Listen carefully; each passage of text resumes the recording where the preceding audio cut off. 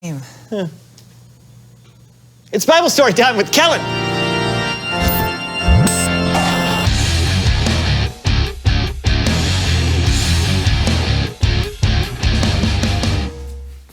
Hey guys, listen, unfortunately something has come up and I can't be with you all today, but don't worry, everything's fine. And I don't want to leave you all high and dry. So I asked my good friend Cameron and he's going to take over for me today. All right? Take it away, Cameron. Hey guys, I think I've seen that cowboy in a show or two. Really? I'd say that dude's got grit, no matter what his job is. No doubt. You got a Bible story for us? I do. It's about someone who I think has even more grit than a cowboy.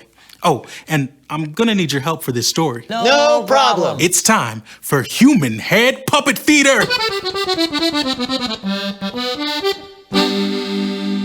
Our story starts with Moses. Let my people go. No, we haven't gotten there yet. Oh. You shall not pass. We're not there yet either. Actually, we're not telling that part. Just hang on. All right, fine. Moses' people, the Israelites, were enslaved by the Egyptian king, Pharaoh.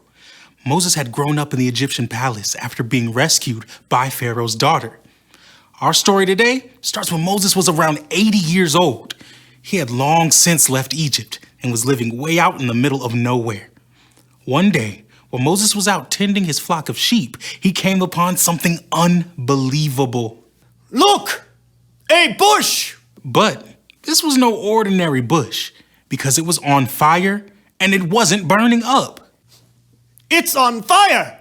And it isn't burning up! All of a sudden, a voice called to Moses from the fire. Moses, I am the God of Abraham, Isaac, and Jacob. I have seen my people suffer in Egypt, so I have come down to save them and bring them to a good land. Okay, God, that seems like a swell idea. See ya! I am sending you to Pharaoh to bring the Israelites out of Egypt. Whoa. Me? But what if no one believes that you sent me? Throw your staff on the ground. Right?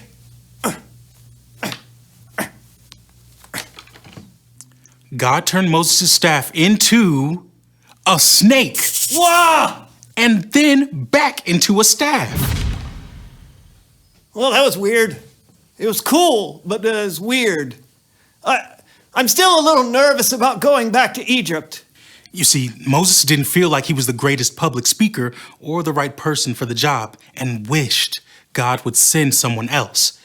But God knew Moses had it in him, so God promised to help Moses communicate with Pharaoh. Moses' brother, Aaron, would help. God would speak to Moses. Moses would tell Aaron what God said, and Aaron would relay God's message. Before long, Aaron and Moses went to Pharaoh. The Lord said, "Let my people go." The Lord? Who is this you speak of, and why should I care what he says? And why is it so hot in the desert? Oh, you know what? I am not going to let your people go. Instead, I'm going to make the Israelites have to work even harder. Man, I'm a good Pharaoh. Well, as you can imagine, the Israelites were pretty mad that Moses made things worse for them. And I think it would be safe to say that Moses was pretty upset too, and probably wanted to quit. But with God's help, Moses kept going. He went back to the Pharaoh by the Nile River. The Lord sent me to tell you to let my people go. But you didn't. So this is how you'll know that God ain't playing. I will strike this water with my staff, and the river will turn to blood. Yeah.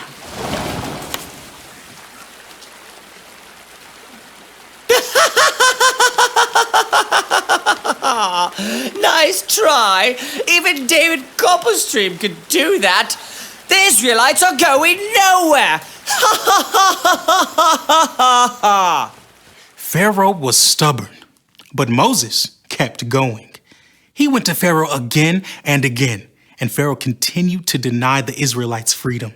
God is gonna send frogs. Frogs? No deal. I love frog legs. They taste like chicken. Now God's gonna send gnats and flies. Ah! Come on, you can do better than that. What do you think bug spray's for?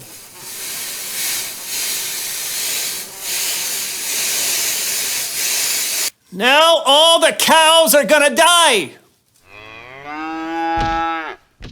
You're gonna get terrible sores. There will be hailstorms.